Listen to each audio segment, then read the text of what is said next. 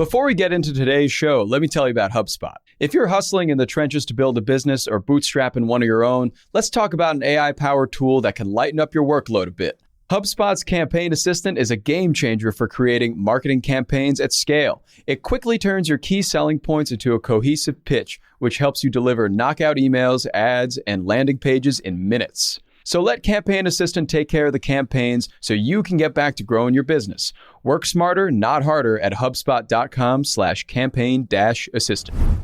Howdy, folks. It is Tuesday, March the 8th. I'm Jacob Cohen here with Hustle writer Rob Litterst, and this is the Hustle Daily Show.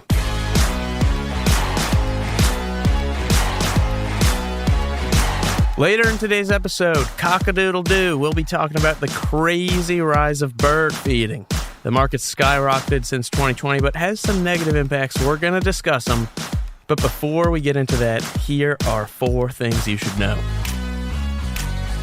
All right, Rob, first things first, what do you got? So the big thing that was really buzzing on social for me last week and the week before that was The Batman. The Batman had a massive opening weekend at the box office. It put up $128.5 million, making it the second largest pandemic era opening weekend after Spider-Man No Way Home, which did a ridiculous $260 million. But the wild thing about The Batman is it's almost 3 hours long. And I think you did something about this in Digits recently about how movies are getting longer. And so I wanted to do some digging and try to find out if this is just a trend that's growing. Sure enough, Spider-Man No Way Home was almost 2.5 hours. Dune was 2 hours and 35 minutes. It's a good movie. And the last installment of Bond, No Time to Die, was 2 hours and 43 minutes. So all of these big kind of tentpole franchise movies are getting longer, and it doesn't seem to be impacting their popularity in a bad way. So you reported this in our newsletter, I think last week, right? That adding an extra 30 minutes of screen time to a movie can increase production costs by 25%. And you would think like everybody keeps talking about how TV's taking over the movies. I feel like I hear this narrative all the time. But if you're making these massive franchise movies, you don't really care about that much in production costs. And if it's going to make it more popular or make the story better or whatever it might be, I think they're just totally fine to make these movies as long as they have to be for them to be as good as possible because they know they have this monstrous audience built in. Yeah, except for The Irishman. That was way too long. Scorsese's earned the right to do that, but yeah, I totally agree with you. It was a bit too long there. All right. What else do you got?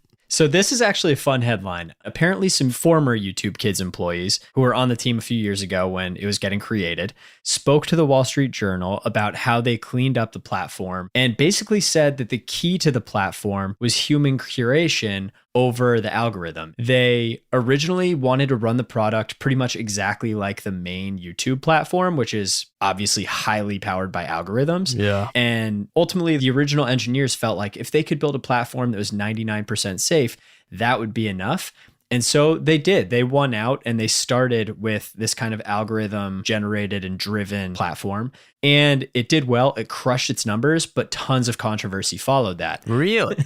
Something you never would have expected. Parents were complaining that videos of kids' characters in obscene situations were popping up. There were videos with really little educational merit, like toy unboxings and stuff popping up. And the FTC ultimately opened up a case on YouTube for how it collects data on minors.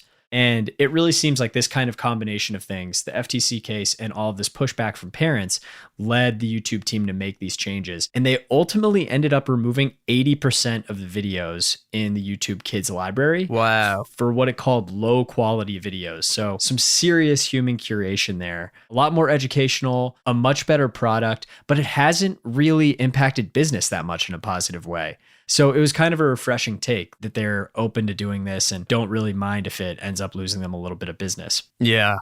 I mean, this all reminds me of Ryan Kaji. For those listening, if you don't know, Ryan Kaji is this kid. He's known for unboxing toys on YouTube. He's like 10 years old. His YouTube account brought in $30 million last year. Right. Merchandise sales with the Ryan Kaji brand. They made over $200 million in merchandise sales last year. Good Lord. Good Lord is right. So Ryan Kaji, I don't believe, is on YouTube Kids. At least I don't think his toy unboxings are. But to your point, I mean, Ryan Kaji is crushing it. And this article states 67% of kids would rather continue to use the YouTube main platform to look at videos like Ryan Kaji's, right? Yeah, it's a cool case of curation beating out algorithms, but if the business end of it isn't really coming through as much as they needed to, it's going to be really interesting to see how this impacts other social platforms going forward. For sure. Well, the first thing I want to discuss is Uber's seemingly glorious return from the dead. I mean, it wasn't that long ago. The end appeared near in like April, May 2020. Totally. Rides were down 80% at some points in 2020. The company let go of a quarter of its staff. And now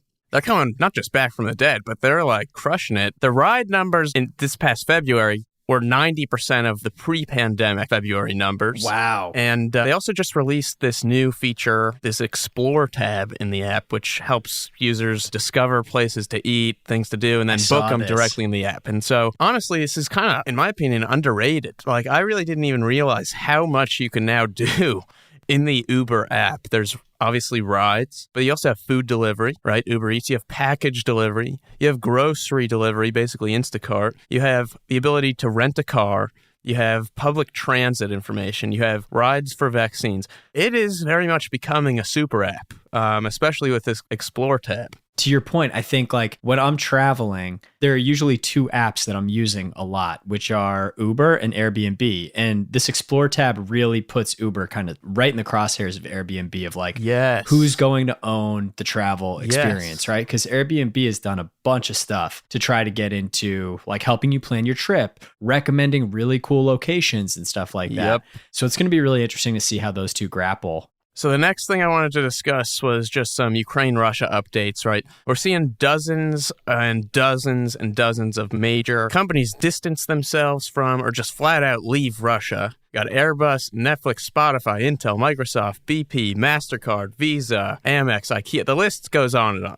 But you got Ronald McDonald and PepsiCo both keeping quiet, not taking themselves out of Russia. So why is that? Well, turns out McDonald's has more than 900 locations in Russia, most of which it owns. That is crazy. And apparently those stores account for 9% of its revenue. PepsiCo also has a very large presence over there. Russia accounted for $3.4 billion of their business, 4% of their business last year. So it's going to be interesting to see if anything happens there. Also on this front, the United States imports 7% of its oil from Russia, but so far has avoided banning imports because they really don't want to accelerate gas prices anymore. I know that's been a problem. But it looked like this is going to change because lawmakers on Monday said they're moving forward with legislation to ban imports of Russian energy. If you're looking at trade as a percentage of GDP, Russia sits at 46%. And the United States is at 23%. So this would be a big boo-boo for Russia. Yeah. For sure. But it'll hurt our wallets too. There's no doubt about that. Definitely.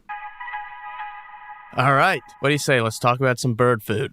All right. So this is actually funny. This actually strikes pretty close to home for me. So one hobby that my wife got into over the pandemic is bird watching. But we aren't the only ones. Bird watching has gone absolutely crazy since 2020. The National Audubon Society reported record sign-ins to its app, which allows you to identify birds and look them up. And according to the Scientific American, this growing interest in birds, unsurprisingly, has sparked a boom in bird food. Basically, bird food is big business. It's a $5 to $6 billion industry across the globe. In the US, it's a $4 billion industry. And along with the increase in bird watching and just birding in general, obviously bird food has risen as well. Some select store owners reported year-over-year sales jumps of up to 50%. At my house, we were doing some bird feeding over the pandemic. My mom told me to go get bird food. There's 15 different kinds of bird food. I'm like, since when were we offering the birds an entire menu? It's definitely grown more sophisticated rather than just like giving ducks bread like we used to.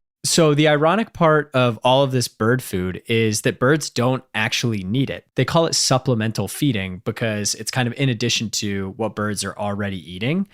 And a recent study found that there are actually some real negative consequences of using bird food and bird feeders. So one of them that's really well known is disease transmission, which bird feeders have been linked to salmonella spreading and some other outbreaks that have killed really large populations of birds. One of the really underrated problems is it reshapes ecosystems. not all species of birds like bird food. All of these species that actually will eat feeder food will come in and crowd out, like take the holes, take the nests, like take all of the areas where these other birds are staying and essentially crowd them out. So there are these massive fluctuations of populations of these different bird species. It's like gentrification, but amongst the birds.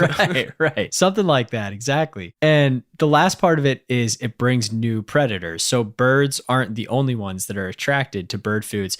So my parents live up at the lake in New Hampshire in the wilderness, basically. And one of their neighbors has a bird feeder that they have seen a bear standing by and eating at multiple times. Like a big black bear essentially will go to their bird feeder regularly to eat their bird food. What's the answer here? What's interesting is because not all environments are the same, there's not really a perfect answer. Some experts claim that gardening or actually like leaving parts of your lawn kind of like unkempt, like not necessarily cleaning up as much, will increase the bug population, which is actually really good for birds.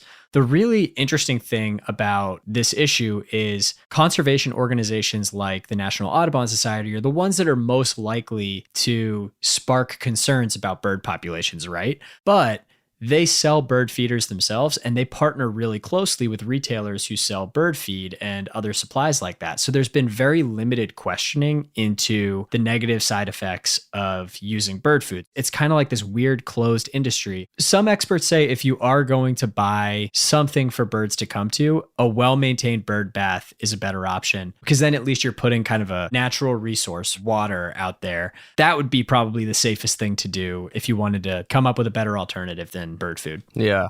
All right. Bada bing, bada boom. That's it, folks. For more on the Hustle's tech and business coverage and links to all kinds of cool stuff from around the web, check out our newsletter at thehustle.co. Thank you to our producer, Darren Clark. I'm Jacob Cohen. You've been listening to The Hustle Daily Show, brought to you by the HubSpot Podcast Network. See you tomorrow.